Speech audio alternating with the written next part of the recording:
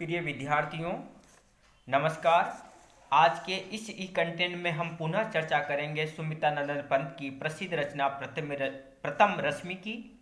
यहाँ पर कवि ने प्रकृति चित्रण को बखूबी अपनी लेखनी के द्वारा हमारे सामने प्रस्तुत किया है।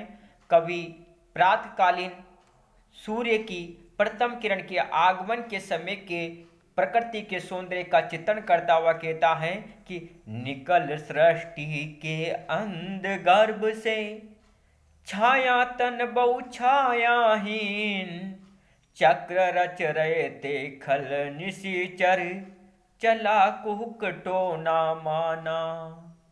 छिपा रही थी मुख शशिबाला, निशि के श्रम से हो श्रीहीन, कमल क्रोध में बंदी था अली, कोक शोक से दीवाना।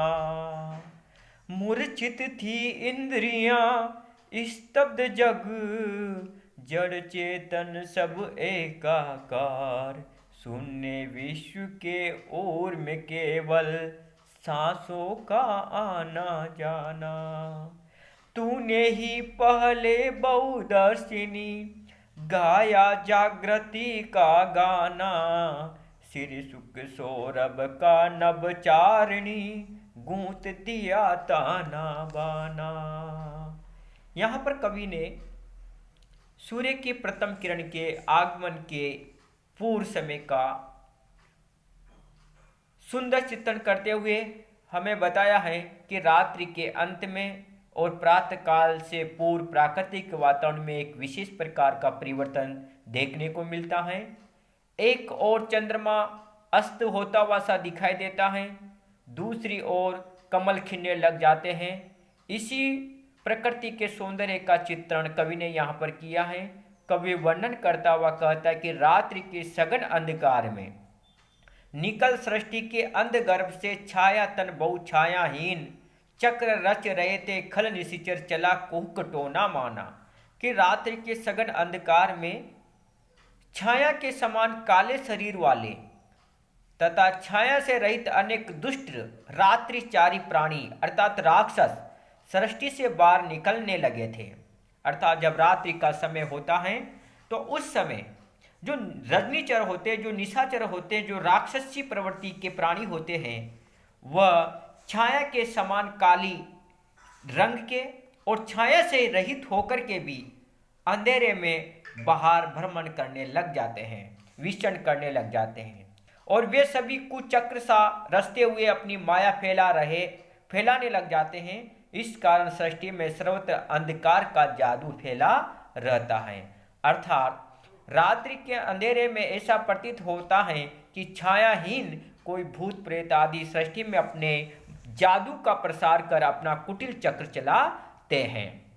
कवि वर्णन करते हुए कहता है कि प्रातःकाल होने से पहले चंद्र रूपी सुंदरी अपना मुख अंधकार रूपी घूंघट में छिपा रही थी मुख शशिबाला, निशि के श्रम से हो श्रीहीन, कमल क्रोध में बंदी था अली, कोक शोक से दीवाना। कवि वर्णन करते हुए कहता है कि प्रातःकाल होने से पहले चंद्र रूपी सुंदरी शशिबाला, चंद्र रूपी सुंदरी अपना मुख अंधकार रूपी घूंघट में छिपा रही थी मुख शशिबाला, निशि के श्रम से हो श्रीहीन, और रात भर परिश्रम करने से उसका जो मुख था वह भी श्रीहीन अर्थात शोभा से रहित हो गया था।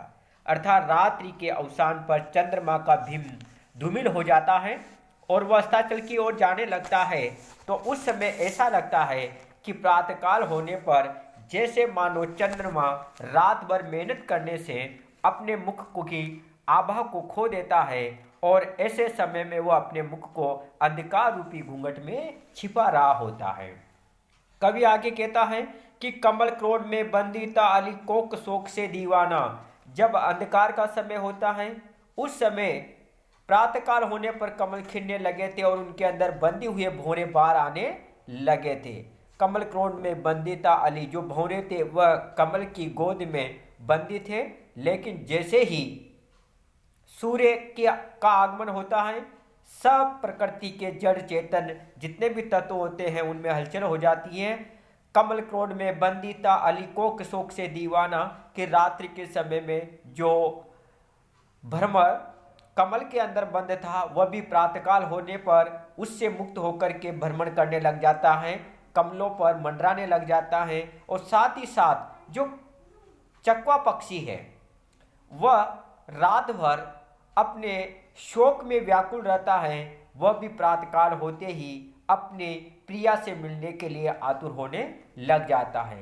रात्रि में अपनी प्रिया से बिछुड़ने के कारण चक्रवाक वीरवेता से दीवाना हो रहा होता है, उसे भी प्रातःकालीन प्रथम रश्मि की आभा से ही शांति मिलती है। कवि आगे कहता है कि मूर्छित थी इंद्रियां, स्तब्ध जग, जड़ चेतन सब एकाकार, शून्य विश्व के ऊर में केवल सांसों का आना जाना, कि रात्रि में सभी प्राणी सो जाते हैं।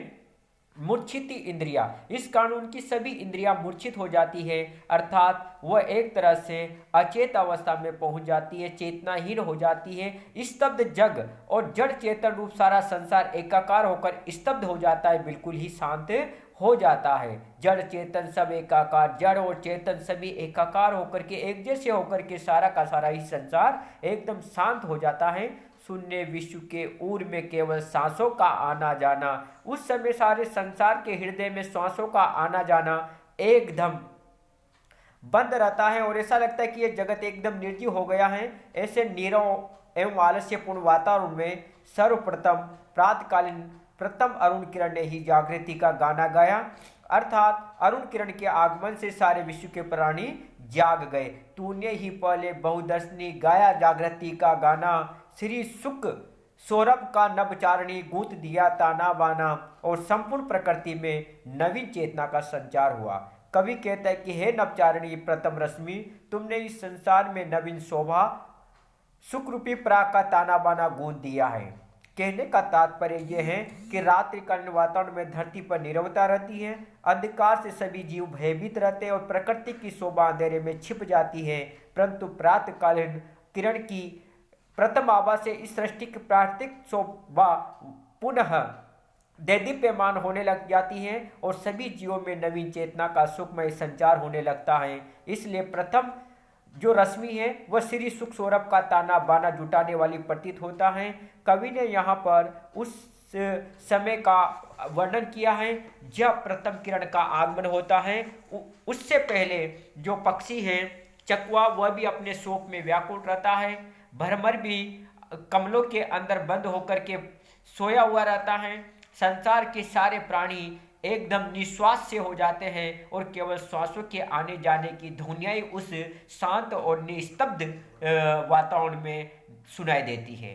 लेकिन जैसे ही सूर्य की प्रथम किरण का आगमन होता है, चारों तरफ ही से नवचेतना का संचार हो जाता है।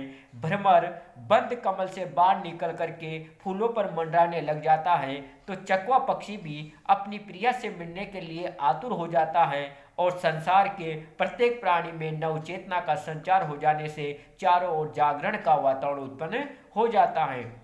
इस प्रकृति के अंदर नवचेतना, जागृति, श्री, वैभव, शोभा जो फैलाने का, संचार करने का जो मुख्य वाहक है वो प्रथम रश्मि ही कवि ने यहाँ पर मानी है। प्रथम रश्मि के आगमन के साथ ही प्रकृति के प्रत्येक जो दृश्य हैं उसमें पल पल में परिवर्तन होने लग जाते हैं। इस प्रकार से कवि ने यहाँ पर मानवीकरण अलंकार के द्वारा छायावादी काव्य शैली को आधार मान करके अपने भावों को उत्तम तरीके से, सुंदर तरीके से अभिव्यक्ति प्रदान की है तथा प्रकृति के सौंदर्य का जैसा चित्रण पंत ने इस पद के अंदर किया है वह बहुत ही कम देखने को मिलता है। यहाँ पर रात्रि की नीरवता अर्थात बिल्कुल शांतिमय वातावरण एवं प्रातःकाल की रमणीयता का जो सामंजस्यपूर्ण चित्रण कवि ने किया है वह बड़ा ही अनोखा है। उषा काल में प्राकृतिक वातावरण में जो नयापन देखने को मिलता है उसकी कल्पना पंत जैसा कवि ही कर सकता है। शशि बाला में रूपक अलंकार तथा पूरे छंद में मानवीकरण अलंकार का सुंदर प्रयोग हुआ है। कमल का खिलना, भोरे का मंडराना, जड़ चेतन का स्वाभाविक गति में रहना, इंद्रियों में चेतना आना आदि सभी बातों का सूक्ष्मता के साथ चित्रण कवि ने किया है। तत्सम प्रधान शब्दावली और गेयता देखने को मिलती है। बहुदर्शनीय और नवचारणी जो संबोधन है वह अर्थ गांभीर्य को यहाँ पर प्रकट करते हैं, जो कवि की कल्पना शक्ति और उसके कवि चातुर्य को दर्शकों के सामने, पाठकों के सामने प्रकट करता है। जय हिंद, जय भारत।